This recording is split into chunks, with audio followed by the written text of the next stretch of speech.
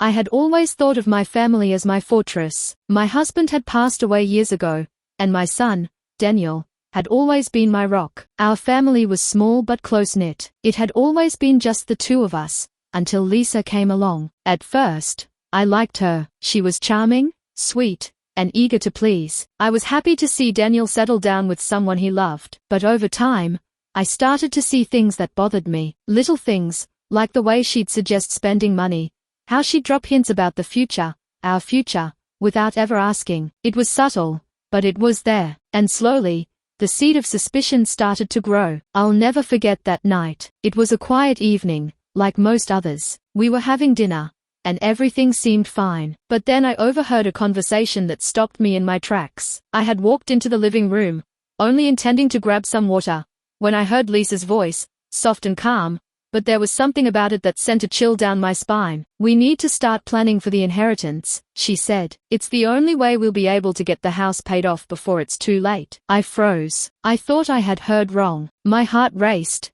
and my stomach dropped. Inheritance? I had never talked about my will with anyone, let alone with Lisa. But there it was, my daughter-in-law, casually discussing my estate as though it was already hers to claim. I didn't know what to do. Should I confront her? I couldn't. Not yet. I needed to be sure. But one thing was certain, I had to keep my eyes open. There was more to Lisa than I had thought, and the first glimpse of her plan was just beginning to unfold. It had been a peaceful evening, the kind of evening I cherished since my husband's passing. Just the two of us now, Daniel, my son, and I. We shared the quiet, content in our routine, having dinner together at the table. The house felt warm, safe even, the flickering candlelight casting shadows on the walls. Life was simple, but it worked for us. Or so I thought. I had always been protective of my family. I never thought much of it when Daniel married Lisa. She seemed perfect for him, at least at first. She was beautiful, charming,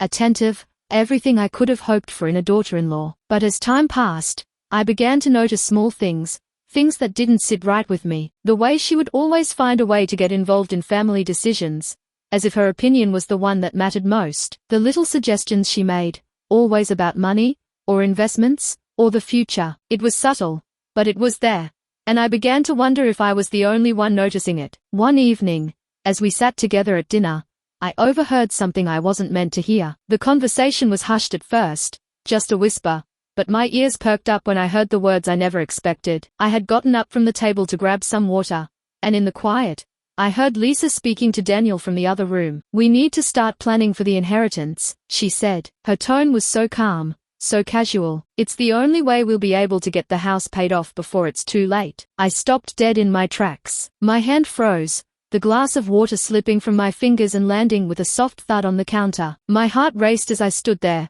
motionless, trying to process what I had just heard. Inheritance? What inheritance? My inheritance? I didn't know whether to confront her, to walk in there and demand an explanation, but I held back. I couldn't be sure. I had to know more before jumping to conclusions. But in that moment, everything I thought I knew about my daughter-in-law, about my family, seemed to shatter into pieces. It wasn't just about money anymore. It was about trust. It was about something deeper, something I didn't want to acknowledge. I stayed silent, quietly returning to my seat at the table, pretending nothing had happened. I kept my eyes on my plate, my thoughts running wild, trying to make sense of it all. But my mind was spinning. Was this just a slip of the tongue? A misunderstanding? Or was Lisa really plotting something behind my back? The thought that she might be after my inheritance, something I had worked my entire life for, made my stomach turn. I couldn't believe it, but I couldn't shake the feeling that something wasn't right. The rest of the dinner was a blur. I couldn't focus on the conversation. All I could hear was the image of her voice, the words hanging in the air like a dark cloud. I needed answers, but I had to be careful. I couldn't confront Lisa directly, not yet. I needed proof. I needed to know just how deep her plans went. The following days were a blur of quiet observation. I paid closer attention to her movements, her words, the subtle way she tried to influence Daniel. I watched her carefully, knowing I had to be discreet. I couldn't let her know that I knew. Not yet. But one thing was clear. I wasn't just dealing with a daughter-in-law anymore. I was dealing with someone who had a plan, and it didn't include me. I had always trusted Lisa. I had always believed that she was a part of our family, that she had Daniel's best interests at heart. But now, I wasn't so sure. The truth was becoming harder to ignore, and the more I uncovered, the more I realized I was dealing with a betrayal far deeper than I had ever imagined. The first glimpse of her true intentions had been revealed, and now, it was up to me to find out just how far she was willing to go. I couldn't let her manipulate us, destroy everything I had built, without doing something about it. But I couldn't confront her without solid evidence. I had to be smart. I had to outmaneuver her, and that's when I began my search. The days that followed were filled with a quiet tension, a low hum of uncertainty that buzzed in the back of my mind. I kept thinking about the conversation I had overheard. Lisa's words echoed in my thoughts constantly. "We need to start planning for the inheritance." It haunted me, and the more I thought about it, the more convinced I became that something wasn't right. I couldn't ignore it anymore. But I knew one thing for sure: I had to be careful. Confronting her without the full picture could backfire, and I couldn't risk losing my son, Daniel, over something that might be a misunderstanding. The last thing I wanted was to turn this into a battle between us, so I had to gather more evidence, slowly, quietly, without tipping my hand. I began paying even closer attention to Lisa's behavior, watching for the signs I had missed before. Her subtle manipulations weren't as easy to detect as I had thought. She was always so composed, so confident in her actions. But now, I saw the cracks. The little hints that slipped out when she thought no one was listening. The way she'd casually bring up the topic of money, inheritance, or properties in conversations. It wasn't just small talk. It was intentional, and it was calculated. I spent the next few days carefully observing her whenever I could, quietly taking note of the things she said and did. I started to notice that she was often on the phone, speaking in hushed tones, sometimes pacing back and forth, as if trying to keep her conversations private. There was a sense of urgency to her actions, a level of secrecy that sent warning signals in my mind. One afternoon, as I was cleaning out the kitchen drawers, I found a piece of paper that shouldn't have been there. It was a document with my name on it, one that looked too official to be a simple form or a piece of mail. My heart skipped a beat as I reached for it. I knew immediately that this was something important. The document was a list of assets, properties, bank accounts, and other investments. The numbers didn't mean much to me, but the way the list was formatted felt wrong. This wasn't something I'd put together. I'd never given anyone permission to look at my financial records. I had always been careful about those things, keeping everything locked away and private. What struck me even more was the notation at the bottom of the document: subject to transfer upon inheritance. I stood frozen for a moment, the paper trembling in my hands. This was no simple mistake. This was something far more sinister. Lisa had access to my financial details, and she was planning to act on them. I had to act quickly. The next day, I decided to investigate further. I went through the drawers in my office, the ones that contained all of my financial records. Everything seemed in order, but then I came across a folder that hadn't been there before. It was tucked away in the back of the drawer, hidden from sight, but it was clearly something Lisa had placed there. My blood ran cold as I opened it and found several documents, one of which was a draft of my will. The draft wasn't mine. I could tell immediately that it wasn't in my handwriting. It had been altered in places, and there were sections of the document that I hadn't signed. The will was almost identical to the one I had written years ago, but the changes were subtle, and they were all in Lisa's favor. I slammed the folder shut, my mind racing. This was it, the evidence I needed to confront her. But as I sat there, the weight of what I had discovered started to settle in. I couldn't just accuse her without being certain. I had to be careful. If Lisa was truly trying to steal from me,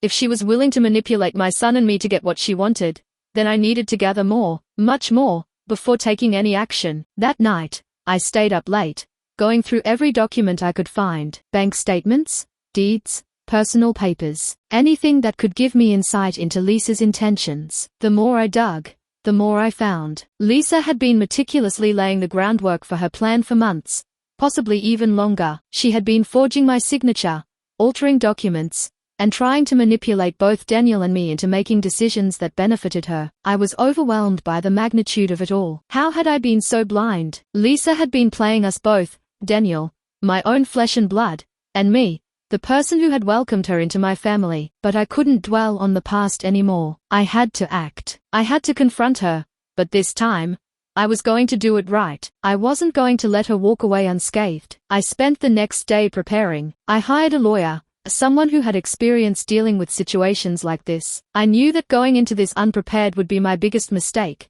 and I couldn't afford to lose. My entire life's work, my legacy, was at stake. I couldn't let Lisa take that from me, not without a fight. The lawyer advised me to keep the confrontation low-key, at least for now. No public accusations. No dramatic confrontations. We would gather more evidence and then make our move when the time was right. I agreed. The stakes were too high for anything less. But as the days passed, I grew more and more anxious. Lisa was still walking around my house like nothing had changed, acting as if everything was normal. I couldn't shake the feeling that she was too confident, too calm. It was almost as if she knew the outcome already, as if she knew she was going to win. But I wasn't going to let that happen, not without a fight. It had been weeks since I had uncovered Lisa's manipulation, weeks of silent observation, careful planning, and quiet preparation. I felt like a predator, stalking my prey, but the prey wasn't just Lisa, it was my own family. The thought made me sick to my stomach, but it was a reality I had no choice but to face. I had kept my distance,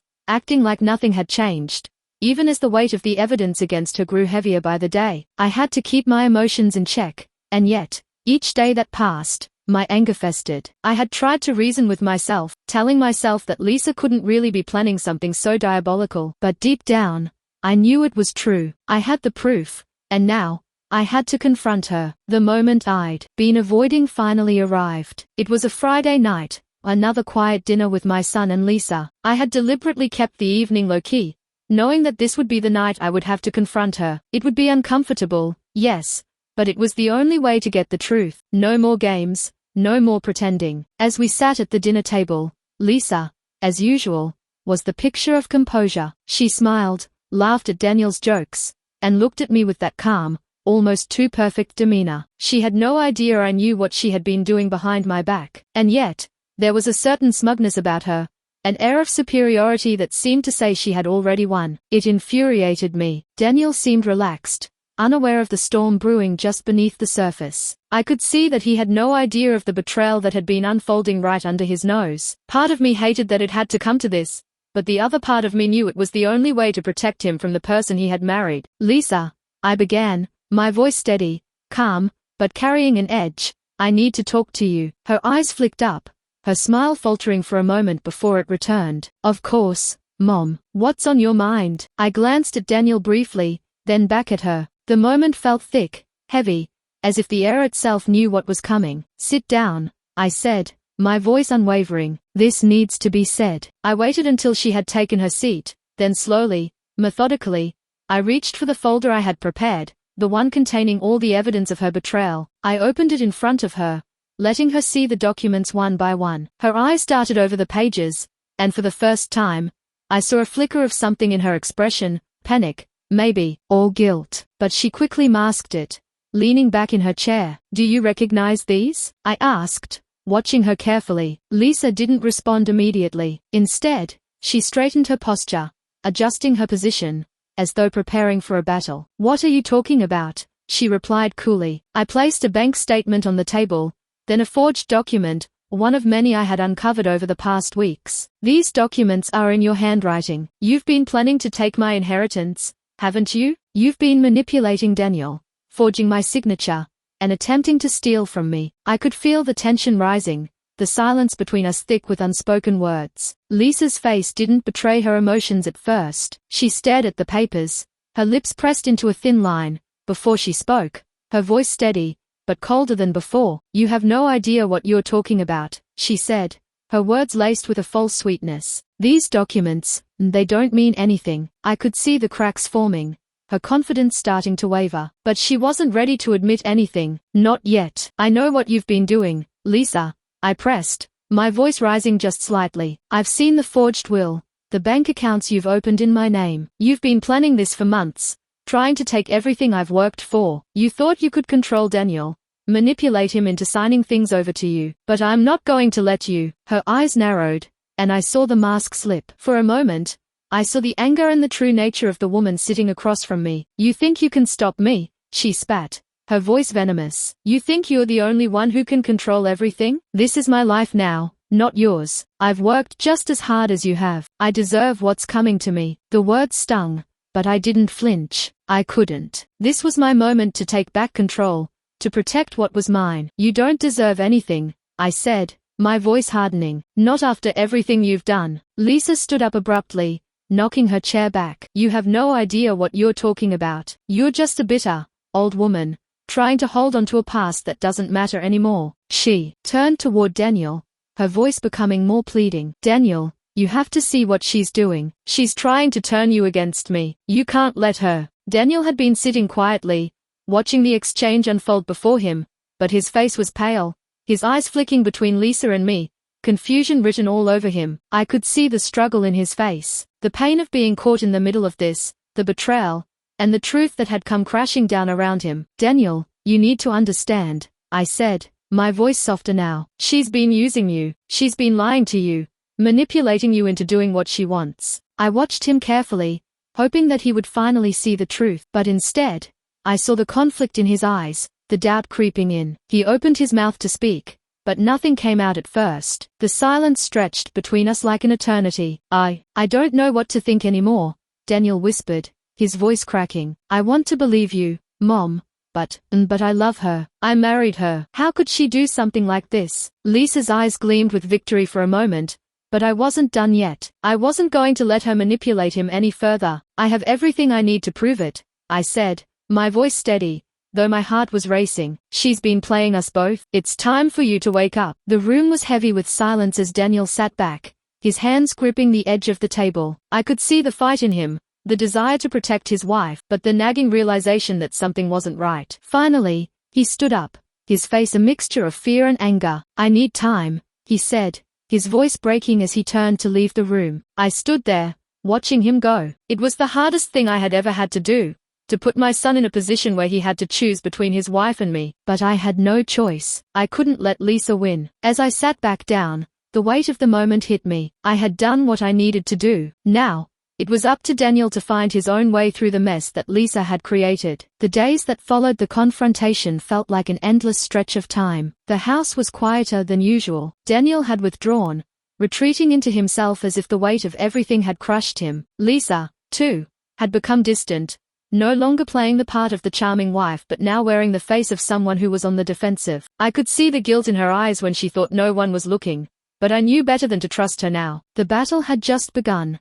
And it wasn't just a personal one anymore. It was going to be a fight for everything I had worked for. I had thought about confronting her directly, demanding that she leave my home, but I knew that wasn't the right move. I needed more than just her word to prove what she had done. I had already uncovered so much, but I needed to ensure that I could back it up in court. I couldn't risk losing. Not after everything she had done. I called my lawyer, a woman who had been with me through some minor legal issues in the past. Her name was Claire, and I trusted her more than anyone else. The moment I told her what had happened, I could hear the shock in her voice, but there was also determination. She was on my side, and that meant everything. Let's make sure we have everything we need to win this, she said when we met a few days later. We'll start by gathering all the evidence. You have the bank records, the forged will, and the testimony about the phone calls. Let's make sure we are airtight before we make our move. It was a relief to hear her confidence. Claire was sharp, and she wasn't going to let Lisa get away with anything. The next few weeks were a blur of legal documents, meetings, and late nights spent going through everything I had collected. I couldn't believe how much I had uncovered. Lisa had been playing a long game, trying to position herself as the rightful heir to my estate. She'd altered my will, opened bank accounts in my name, and even forged my signature on several legal documents. But it wasn't just about the inheritance anymore. It was about control. It was about the lies she had told Daniel, the manipulation that had gone on behind my back for so long. I wasn't just fighting for money, I was fighting for my family, for the truth to come out, for the trust that had been shattered. The first court hearing was scheduled, and I felt a surge of anxiety course through me. I wasn't sure what to expect, but I knew it wasn't going to be easy. Lisa's lawyer was already well known for his aggressive tactics, and I had no doubt he would do everything in his power to turn this against me. I wasn't prepared to back down, though. Not now. Not after everything I had fought for. When the day of the hearing arrived, I felt like I was walking into a lion's den. The courtroom was full, the air thick with anticipation. My lawyer was by my side, looking calm but focused, while I sat in the witness box, trying to keep my hands from shaking. Lisa was seated with her lawyer, her face a mask of composure, but I could see the tension in her eyes, the subtle flicker of uncertainty beneath the surface. She knew what was coming. The trial began with the usual formalities, opening statements, introductions, the usual rigmarole. But the moment Lisa's lawyer stood up to speak, I knew this was going to be a battle of manipulation. Your Honor, Lisa's lawyer began, his voice smooth and confident, this is nothing more than a case of family dysfunction. My client, Mrs. Lisa Matthews, is a woman who has been unfairly accused. This is simply a baseless claim of inheritance fraud, designed to malign her reputation and jeopardize her future. His words hung in the air, slick with falsehoods. My heart raced. This wasn't going to be easy, but Claire was ready. She stood up to respond, her voice calm but firm. Your Honor,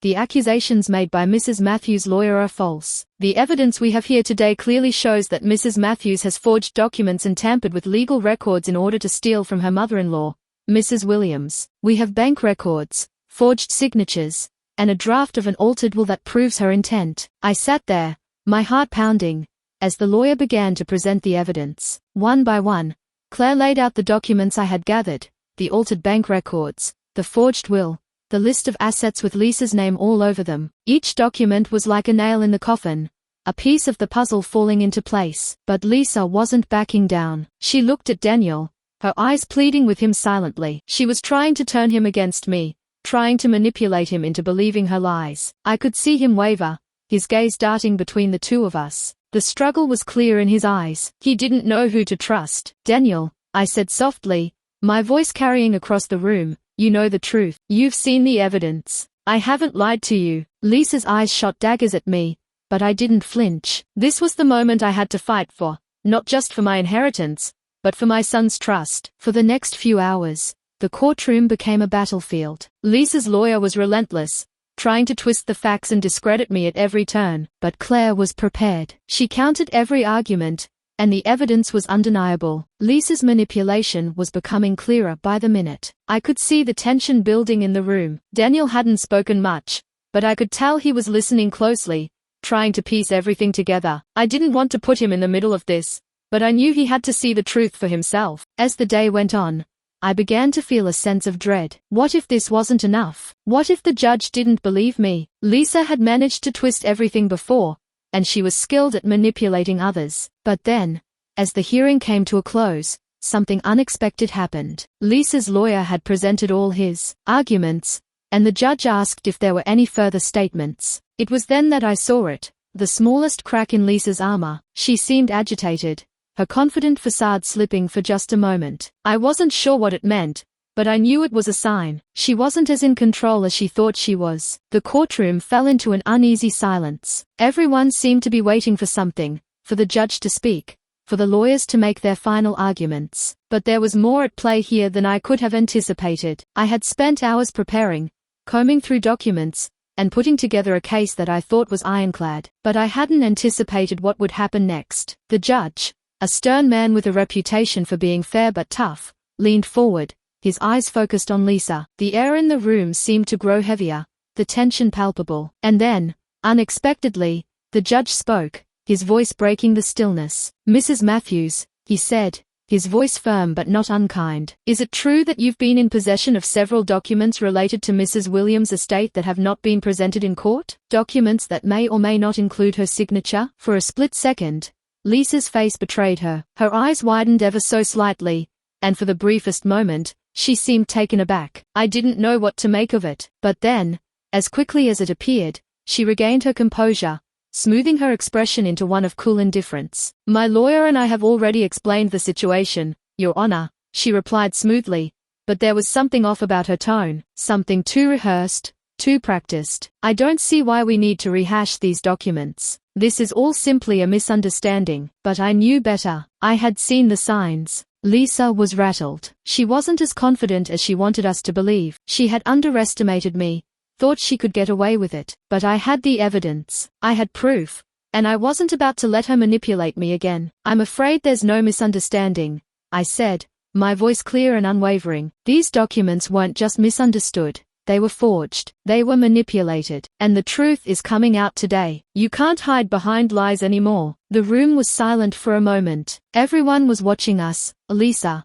her lawyer, Daniel. Even the judge seemed to be weighing his next words carefully. I could feel the weight of the moment. This was it. This was my chance to expose Lisa once and for all. I have here, I continued, standing up and moving to the table.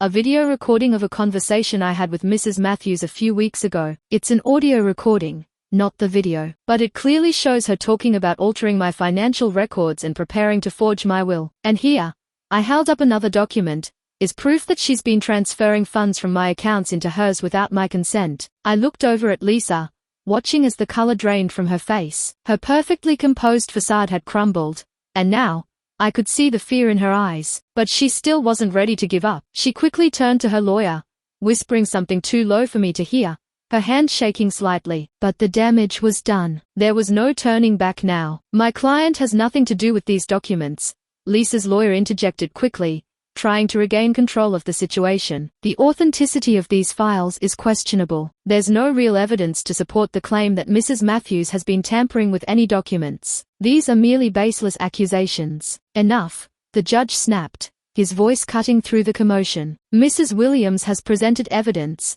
and we will review it thoroughly. This hearing is adjourned for today. The gavel slammed down, signaling the end of the hearing for the day. But as the courtroom began to empty, I couldn't shake the feeling that something had shifted. Lisa wasn't as confident as she had been. Her grip on the situation was slipping, and I could feel it. I left the courtroom with Claire by my side, my mind racing with the implications of what had just transpired. But there was still so much to process. Lisa hadn't spoken a word to me after the hearing ended, and neither had Daniel. He had been distant all day, lost in his thoughts, unsure of what to believe. I was on edge, knowing the next hearing was just around the corner. Lisa wasn't going to back down so easily. I needed to prepare for whatever she was going to throw at me next. But this time, I was ready. I had the truth on my side, and I wasn't going to let her win. The day ended with more questions than answers, but one thing was clear. The fight was far from over. The days between the last hearing and the next seemed to drag on, each one filled with a mix of anticipation and dread. I couldn't stop thinking about the things Lisa had said in the courtroom, her smug, rehearsed words. But what had stuck with me most was the moment of weakness in her eyes. For just a split second, I had seen the fear. She was losing control, and I knew it. The following week, we were back in court. This time, it felt different. There was a heightened sense of urgency in the air, as if everyone in the courtroom knew this was the final round, the last chance for either side to make their case. Lisa, with her cool demeanor, was seated at her lawyer's side, her eyes scanning the room. Daniel, sitting beside me, was more withdrawn than ever, and I could feel the tension between us. He hadn't spoken much since the last hearing. His face had become a mask of uncertainty, and I could tell that every word spoken in that room weighed on him. I had prepared for this moment. My lawyer, Claire, had told me that this was it, the moment where everything would come to a head. Lisa's lawyer would attempt to deflect, to cast doubt, but I was ready. I had the evidence, the recordings, the documents, and the witnesses. There was no turning back. The judge entered the room, and the proceedings began with the usual formalities. The air was thick with tension as both sides presented their opening statements. Lisa's lawyer was quick to claim that the evidence I presented was inadmissible, that it was circumstantial at best, and that it lacked the necessary foundation to stand in court. His words were sharp, but I wasn't intimidated. He had tried to discredit everything I'd worked for, but this time, I was prepared to go all the way. When it was my turn, I stood with the full weight of the evidence behind me. Claire gave me a brief nod of encouragement as I approached the witness stand. The courtroom felt suffocating, every eye on me, but I focused on what was important, the truth. I started with the basics, explaining how I had uncovered the forged documents, the bank accounts, the false transfers, and the subtle manipulation Lisa had been executing over the past months. I showed the court the recordings I had taken, the ones that clearly captured Lisa discussing the alteration of my will and her plans to manipulate Daniel into signing over control of my estate. The room was silent as I presented each piece of evidence, one by one, but I could feel the weight of every word I spoke. Then, just as I had done before, I turned to Daniel. My heart twisted at the sight of him, sitting there, torn between his loyalty to his wife and his love for me. Daniel, I said softly, my voice carrying across the room, I know this is hard, but you need to see the truth. This isn't just about inheritance. It's about trust. Your wife, the woman you married, has been using you, manipulating you, for months. I didn't want to believe it. I didn't want to hurt you, but the truth is right here. And now, you need to make a choice. Lisa's face twisted with anger, but she said nothing. She simply sat there, her eyes burning into mine, trying to hold onto the control she had once had. Daniel didn't look at me. He didn't even acknowledge my words. He was staring at the floor, his hands clenched in his lap. I could feel the frustration building inside me,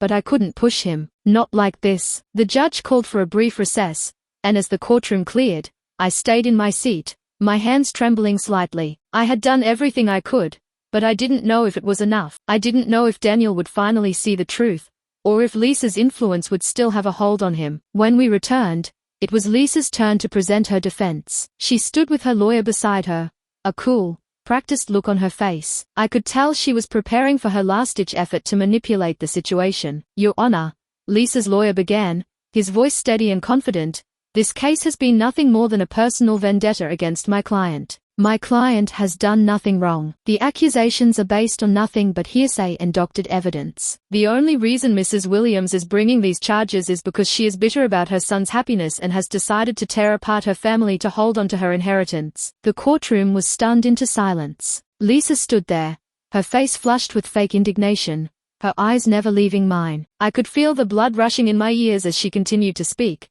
but I wasn't going to let her manipulate the situation anymore. I stood up abruptly. Your Honor, I said, my voice shaking but firm, this isn't about a vendetta. This is about truth. It's about protecting what's mine. It's about protecting my family from the person who has been lying and stealing from me for months. And now, it's time for the truth to come out. I turned to Lisa, my gaze steady, refusing to look away. You've been playing us both, Lisa. You've been using your charm to manipulate everyone around you, but I won't let you do it anymore. Not to me, not to Daniel. This is over. The silence in the room was deafening. For a moment, no one moved. Lisa's expression twisted, her lips trembling as she tried to speak, but nothing came out. Her eyes were wide, her mask slipping for the first time. The control she had once wielded so effortlessly was crumbling. Then, the judge's voice cut through the tension. Enough. I've heard enough. I held my breath, my heart pounding in my chest as the judge stood up, preparing to deliver his verdict. The judge's decision came down like a hammer,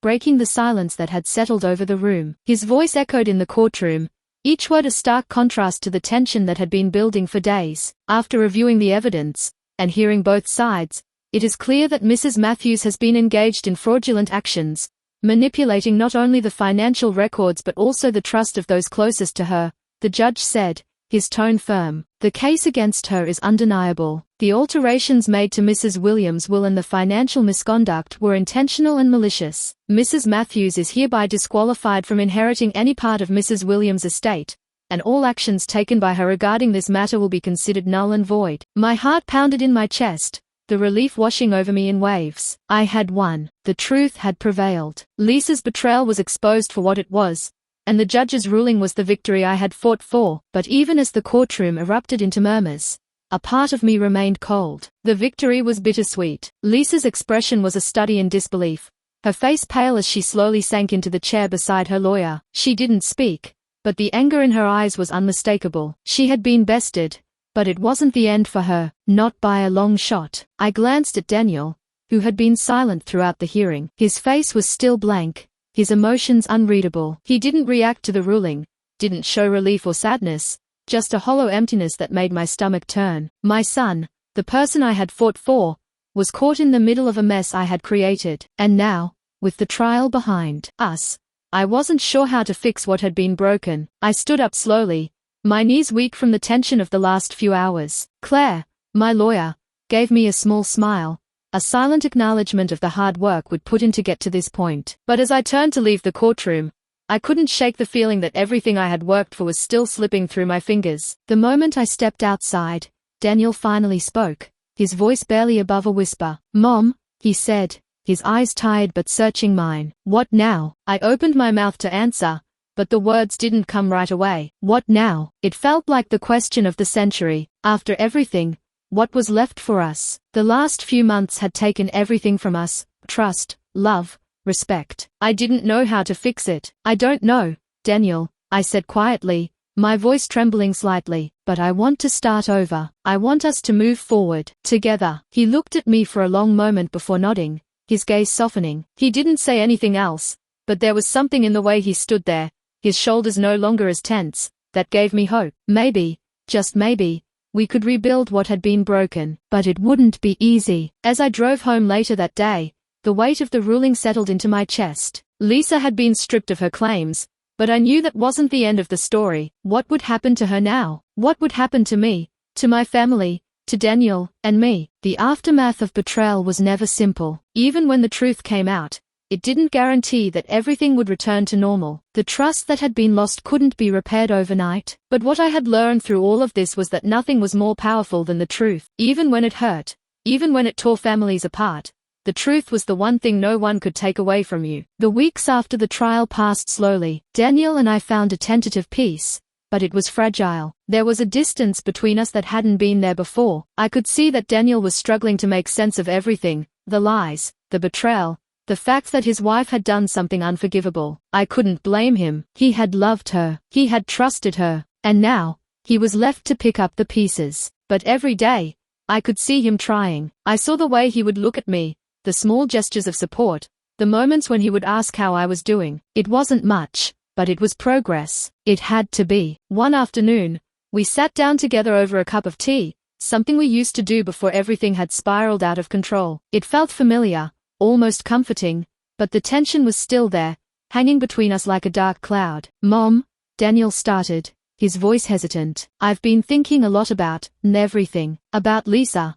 About what happened. I don't know how to explain it, but I've been angry. At you. At myself. At everything." I looked at him, my heart aching. "I know, Daniel. I know. I never wanted to put you in this position. I never wanted you to feel torn between me and her. But you have to understand something. I did what I did to protect you. I didn't want to hurt you. I wanted to protect our family, even if that meant making hard choices." He nodded, his expression softening. "I get it, Mom. I do. And I know you were just trying to protect me. I wasn't seeing things clearly. I let Lisa get to me. But I'm not going to let that happen again." We sat in silence for a moment, the weight of the conversation settling over us. There was so much left unsaid, but for the first time in weeks, I felt like we were on the path to healing. It wasn't perfect, and I didn't know if it would ever be the same, but I knew that as long as we were both willing to try, we could move forward. The next few weeks were spent rebuilding what had been broken. It wasn't easy, but we both knew that trust had to be earned. With every conversation, every shared moment, we slowly rebuilt the foundation of our relationship. It wasn't quick, it wasn't clean, but it was real. The courtroom had emptied, but the weight of the verdict lingered in the air, thick and suffocating. I sat in the passenger seat of my car, my hands gripping the sides of the seat, feeling the ache of exhaustion settling in. I could feel the adrenaline that had carried me through the trial slowly wearing off. My body ached, my mind was foggy, but my thoughts were clear. I had won. And yet, victory didn't feel like it should. In fact, it felt hollow. I glanced over at Daniel, who was sitting beside me. His face was unreadable, his hands clenched in his lap, his body turned slightly away from me. I could feel the emotional distance between us, the gulf that had widened over the past few weeks. This wasn't just about money anymore. This was about trust, family, and the brutal reality of betrayal. The fight had been for more than my inheritance. It had been for my son. And yet, here we were, miles apart. I had won the legal battle, but had I lost the war with Daniel? I couldn't help but feel a pang of guilt. He hadn't wanted to be caught in the middle of all this, but he had been. He had been manipulated by Lisa, just as I had feared. And now, he was struggling to make sense of everything. The betrayal wasn't just about Lisa's actions anymore. It was about the confusion that had taken root in Daniel's heart. As we arrived home, I watched him carefully. He stepped out of the car slowly, almost hesitantly. For the first time in a long while, I saw my son unsure of what to do, and I couldn't help but feel a surge of guilt. I had dragged him into this mess, forced him to choose between me and the woman he had loved, and even now, I wasn't sure he had made his choice. Not completely. "Daniel," I began, but my voice faltered. I wasn't sure how to begin. How could I fix this? Could I even fix this? He turned to face me, his eyes tired, his face drawn with exhaustion. "Mom," he said, his voice quiet, "I don't know what to say. Everything's been so messed up lately. I thought I knew what was real, but it's like everything's upside down." I stepped forward, wanting to bridge the gap between us, but unsure of how. "I know it's been hard, sweetheart, but you have to understand, everything I've done, every decision I've made, It was all to protect you. I didn't want you to be manipulated. I didn't want you to be hurt. He looked at me, his eyes searching mine. I know, Mom, I do. But it's not just about you and me anymore. It's about her too. I loved Lisa. I trusted her. I don't even know how to process all of this. I saw the conflict in his eyes, the pain, the hurt. Lisa had manipulated both of us, but Daniel had been the one truly torn apart by it. I could see it in the way he spoke, in the way he was still defending her in his mind, even after everything that had come to light. She betrayed you, Daniel. She betrayed both of us. But I'm here. I'm not going anywhere. You don't have to do this alone. He shook his head slowly, his voice heavy with emotion. I don't even know who she is anymore. I thought I knew her. I thought we had a future. But she was just using me, wasn't she? And now, I don't know what to feel. I don't know how to get past this. I reached out to touch his arm gently. We'll figure it out. Together. We are family, and that's what matters. We'll rebuild what's been broken, one step at a time. The look in his eyes softened for just a moment, but the sadness remained. He didn't say anything else, just nodded and walked past me, heading inside. I stood there for a long time, letting the silence of the moment wash over me. It felt like everything was in limbo. The trial had ended, but the emotional fallout had only just begun. The next few days were a blur of uneasy silence. Daniel kept his distance, retreating into his work, burying himself in tasks that seemed to distract him from the mess around us. I could see him trying to escape it all, trying to avoid the inevitable confrontation with his feelings. But I knew that wasn't the answer. This wasn't something that could be ignored. This was something we needed to face head-on. But every time I tried to reach out, to talk, he pulled away. It was like trying to touch a shadow, there, but not there. His mind was elsewhere, caught in the storm that had been set in motion by Lisa's betrayal. I couldn't let this go on. I couldn't let him keep drowning in confusion and anger. I had to do something. One evening, after dinner, I found him sitting on the porch, looking out at the horizon. The sky was fading into twilight, the colors bleeding into one another, and for a moment, it felt like the whole world had gone still. I sat down beside him, unsure of what to say, but he spoke first. Mom, he began, his voice distant. I don't know what I'm supposed to feel. I'm angry, but I'm not sure at who. At Lisa? At you? At myself? I let his words sink in, my heart heavy with the weight of everything he had said. It's okay to be confused, Daniel. But you don't have to carry this burden alone. I'm here for you. I always will be. He didn't respond at first, but I could feel the change in the air. Slowly, he turned to me, his eyes filled with unshed tears. I don't know if I'll ever forgive her, but I don't know if I can forgive myself for not seeing it. I should have known. I should have protected you. I reached out,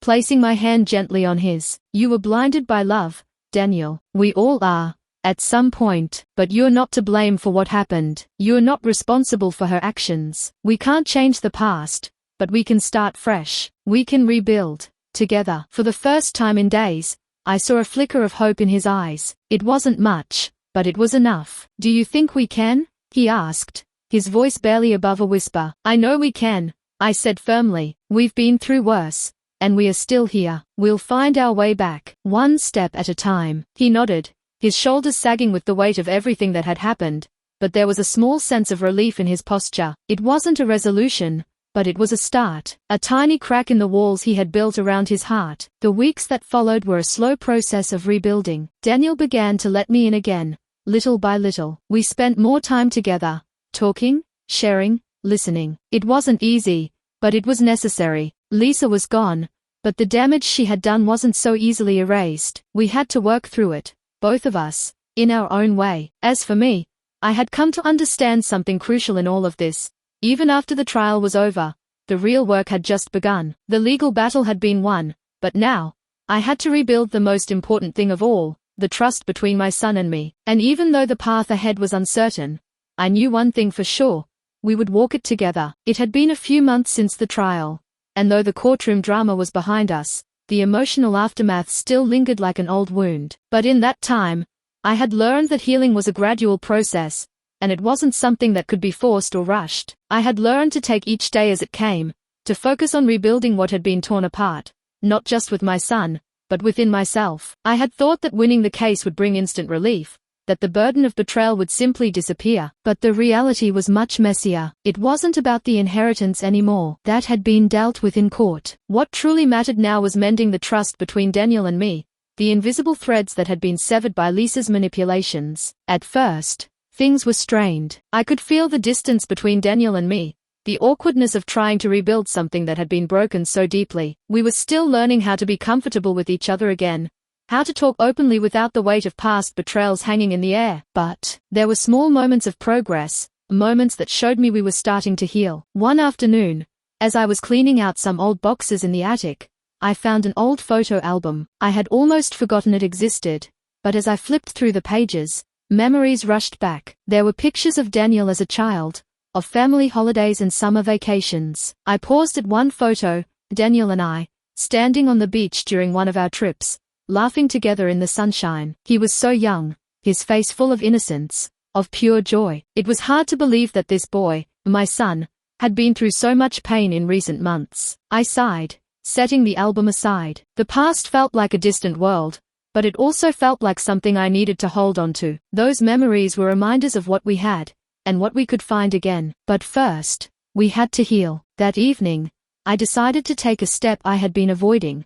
I reached out to Daniel. It had been a while since we'd had a heart-to-heart, and I knew it was time. I called him into the living room, where I was sitting with a cup of tea, and invited him to sit down. "Daniel," I began, my voice tentative but firm, "I know we've both been struggling with everything that's happened, but I think it's time we talk, really talk, about where we are, and where we are going." He looked at me for a long moment, his eyes still haunted by the past but softening with something else, an openness, perhaps. He nodded slowly, taking a seat across from me. "I don't know how to fix this, Mom," he admitted, his voice low. "I don't know how to forgive myself for not seeing it sooner. I should have seen the signs with Lisa. I should have been there for you." I shook my head gently, feeling the sting of his words, but knowing they were coming from a place of deep regret. "Daniel, you didn't fail me. You were deceived, just like I was. What matters now is that we learn from this. We can't change the past, but we can build something better for the future." He sighed, running a hand through his hair, clearly wrestling with his own emotions. "I don't know how to move forward," he said quietly. "I don't know how to trust again, not just with her, but with everything." I understood exactly what he meant. Trust had been shattered, not just between us and Lisa, but between us as mother and son. But rebuilding it wasn't impossible. It just took time, and effort, and a willingness to be vulnerable. "I get it," I said softly, reaching out to him. "I don't have all the answers, Daniel. I'm learning, too. But I know one thing. We have to take it one step at a time. Trust isn't built in a day, but it can be rebuilt. And I'm here, every step of the way. I always will be." He looked up at me, his eyes filled with a mix of hope and uncertainty. For the first time in a long while, I saw something in him that I hadn't seen before. The willingness to try again, the openness to rebuild what had been lost. "I don't want to lose you, Mom," he whispered, his voice thick with emotion. "I don't want to lose us." I smiled softly, a tear escaping despite myself. "You won't. We'll get through this together." We sat in silence for a while, but it was a peaceful silence, a silence that spoke of understanding, of healing, and of a future that was still to be written. It wasn't going to be easy, and there were still difficult conversations to have, but I knew that as long as we had each other, we could face anything. A few weeks later, I decided it was time to take another step. The house had felt empty in some ways, haunted by the memories of what had happened. Lisa had been a part of our lives for years, but now that she was gone, I could see just how much space she had taken up, not physically, but emotionally. It was time to clear out the remnants of her presence and move forward. I asked Daniel to help me go through the things that had been left behind, old gifts, photos, and letters she had left in the house. I didn't expect him to be ready for it, but to my surprise, he agreed without hesitation. As we sorted through the boxes, I could feel the weight of what had happened starting to lift. It wasn't about forgetting Lisa or pretending the past didn't happen. It was about creating new space, both physically and emotionally, for the future we were building together. By the end of the afternoon, we had cleared out everything. It was liberating, in a way, to see the house once again feeling like our home. There were no reminders of the betrayal, no lingering shadows of what had come before. That evening, we sat down to dinner together. It wasn't anything fancy, just a simple meal, but the feeling in the air was different. There was a lightness to it, a sense of hope. "I'm proud of you, Daniel," I said, looking across the table at my son. For everything. For the way you've been trying to move forward. For being willing to heal with me. I know it's not easy. He smiled. A genuine, warm smile that reached his eyes. I couldn't have done it without you, Mom. I just want us to be okay again. We are. I said softly. We are. It had been nearly 6 months since the trial ended. The dust had settled, and while the scars of betrayal still lingered, the wounds were no longer as fresh. Daniel and I had both been through the fire, tested in ways we never could have anticipated, but we had made it through. Slowly, painstakingly, we had started to rebuild. But as time passed, I realized that the true test was not how I had fought for my inheritance, it was how I would fight to repair the most important thing. My family. I spent the first few weeks after the trial focusing on putting one foot in front of the other. I hadn't fully realized how much Lisa had taken from me until she was gone. The presence of her manipulations was gone, but so much more had been lost than I had accounted for. There was a lingering silence, a strange emptiness that had settled in the house. Daniel, too, had changed. There was a quietness in him that I couldn't quite place. It wasn't just the loss of his wife, it was the betrayal, the loss of trust in himself and in me. But we were healing, slowly, and that was something I clung to with all my strength. We had both made mistakes, and we were both learning how to forgive. One evening, after dinner, Daniel sat with me in the living room, his eyes on his phone, but his mind clearly elsewhere. I had learned to give him space, but I could sense he was still carrying something heavy. Mom, he said, breaking the silence. There's something I've been meaning to ask. I put down the book I'd been reading, giving him my full attention. What's on your mind? He hesitated,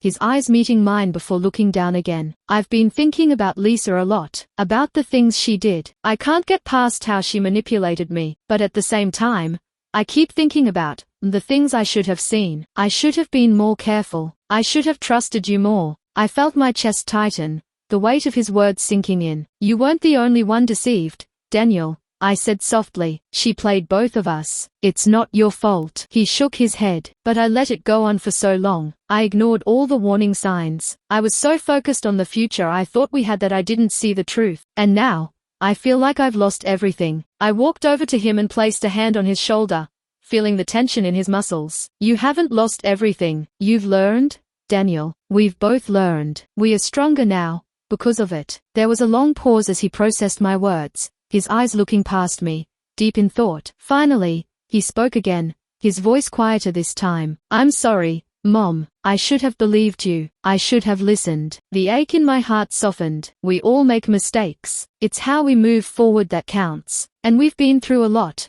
but we'll get through it together. His gaze shifted to mine, and for the first time in a long while, I saw the trust returning in his eyes. I'm ready, Mom. I'm ready to move forward with you. The air in the room felt different now, lighter. I could sense the shift in him, the moment he was finally letting go of the guilt and regret that had been holding him back. And in that moment, I realized that we were beginning to heal. We weren't just surviving anymore. We were finding a way to thrive again. A week later, I received an unexpected call. It was from a lawyer's office, or one that I recognized from the past. I had thought everything was settled, but as it turned out, there was one more thing to be dealt with. It seemed that Lisa's actions had left behind a mess that still needed cleaning up. I met with the lawyer, a sharp woman named Rebecca, who briefed me on the situation. Mrs. Williams, there's one more issue that we need to address, she said, her voice professional but sympathetic. It seems that Lisa's actions went beyond just financial manipulation. She had been involved in multiple fraudulent schemes using your name. We've just uncovered some additional evidence. There's a possibility she wasn't working alone, and we may need to take legal action against those who aided her. I listened carefully, my stomach twisting as I realized the full extent of what had happened. It wasn't just Lisa who had tried to tear apart my life. There were others involved. Others who had taken advantage of my trust. I'll do whatever it takes to bring this to a close, I said, my voice firm. I want to make sure no one else gets hurt. Rebecca nodded. We'll be thorough. This could take some time, but we'll make sure all the right parties are held accountable. It wasn't over yet. There would be more legal battles to face, more time spent untangling the mess that Lisa had left behind. But I had already learned one important thing.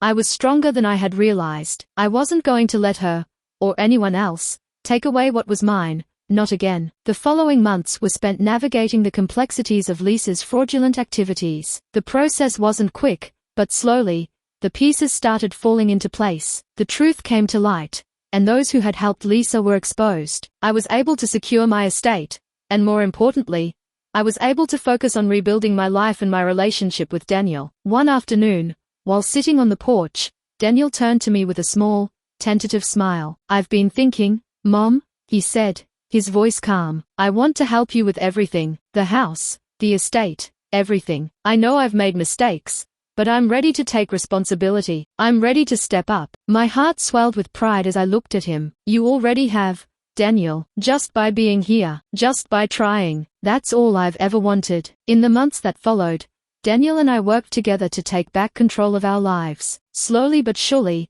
we started rebuilding the trust that had been shattered. It wasn't perfect. It was never going to be perfect, but it was real, and it was ours. As I looked back on everything that had happened, I realized that the greatest lesson I had learned was this: the strength of a family doesn't come from the perfect moments, but from the way it pulls together in the face of adversity. And though the road had been long and painful, I knew that we were stronger because of it. Together, we had overcome the darkness, and now, the future was wide open. The morning after the final resolution felt different. It wasn't the relief I had expected, or the weight of a battle finally won. It was a sense of something more profound, the beginning of something new. The court cases had ended, Lisa's deceit had been exposed, and yet, as I stood by the window looking out at the early morning sun filtering through the trees, I realized the true journey was just beginning. I had spent so many months in survival mode, reacting to everything that came at me, the betrayal, the lies, the heartbreak. I hadn't stopped to ask myself what I truly wanted from the future. I hadn't allowed myself to think beyond the fight, beyond the need to win. But now, with the storm behind me, it was time to rebuild, not just my inheritance or my family's trust, but my own sense of peace and purpose. Daniel was still working through his own emotions, but I could see him slowly coming back to life, to us. The guilt he carried wasn't something that would vanish overnight, but he was making progress. I could see it in the way he held himself, the small moments of connection we shared, the willingness to take responsibility for what happened. It wasn't perfect, but it was honest. As I walked through the house that morning, I felt a strange calm. The silence wasn't suffocating anymore. The house, once filled with tension, now felt like a home again, a place of new beginnings. But I knew that the next step wasn't just about fixing what was broken. It was about moving forward with intention, with hope. The next few weeks were spent rebuilding the foundation that had been cracked. Daniel and I worked together to manage the estate, though it wasn't easy. Every task felt monumental, but it was also something that kept us engaged, kept us focused. Slowly, we started making decisions together, small ones at first, like deciding on repairs for the house or how to manage the property. But it was progress. We also began to talk more, really talk, about everything, about the past, the pain, and what we wanted for our future. There was still so much unspoken between us, but with each conversation, the gap between us grew smaller. We were learning how to communicate again, how to trust each other with our vulnerabilities. But I knew that we needed more than just work to heal. We needed to rediscover each other, to create new memories that didn't carry the weight of the past. So, one weekend, I suggested something simple but meaningful. "Daniel, how about we take a trip?" I asked, my voice tentative. "Just the two of us. A real getaway. Something to start fresh." His eyes lit up, and for the first time in a long while, I saw a spark of excitement in his expression. "I think that's a great idea, Mom. We've both been through a lot, and I think it's time for a break." We spent the weekend at a quiet cabin in the mountains,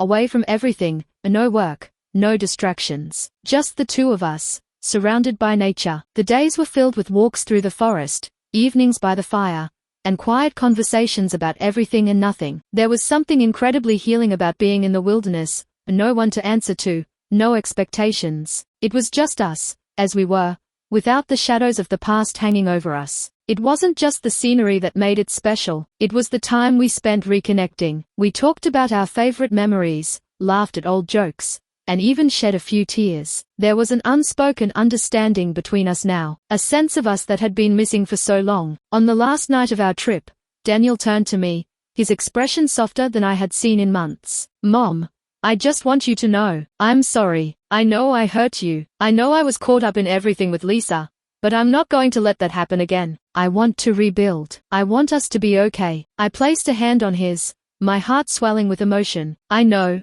Daniel, I've never stopped believing in us. It's going to take time, but we'll get there, one step at a time. And for the first time in a long time, I believed it. I could see the road ahead. It wouldn't be easy, but we would walk it together. When we returned from the trip, things started to fall into place. I took some time to focus on myself, rediscovering the parts of me that had been lost in the chaos. I started volunteering again, getting involved in causes I cared about, things that gave me a sense of purpose beyond just my family's legacy. I realized that I had spent so much of my life focused on protecting everything I had built, that I had neglected my own growth. It was time to rebuild not just my family's trust, but my own sense of self-worth. I began to engage in things that made me feel whole again: yoga, reading, cooking, and spending time with friends I hadn't seen in years. I had spent so much time protecting my family's legacy that I had forgotten to protect myself. But now, I knew that I couldn't do it alone. I had to take care of me first. Daniel, too, began to find his own path. He spent more time focusing on his career, rediscovering his passions, and finding new ways to grow. I could see him coming into his own, and it filled me with pride. He wasn't the man he used to be, but in many ways, that was a good thing. He had learned, just as I had, that sometimes you have to go through the fire to come out stronger. One evening, as I sat in the living room, the house finally feeling like home again, Daniel walked in. He looked at me, a smile tugging at the corner of his lips, and I knew that this was a turning point for us. "I've been thinking," he said, his voice thoughtful. "I want to make a fresh start. I don't know what that looks like yet, but I know it's time for a change. I want to build something, not just for myself, but for us. I want us to have a future, a real one." I smiled, my heart full. "I'm with you, Daniel. Whatever that future looks like, we'll face it together. No more secrets, no more lies, just us." And in that moment, I realized something: the inheritance, the money, the legal battles, none of it had ever been the most important thing. It was always about family. It was always about love. And no matter what had happened, we had fought for it. And in the end, we would keep fighting, together. The future, as uncertain as it seemed, was ours to shape. And as long as we were together, nothing else mattered.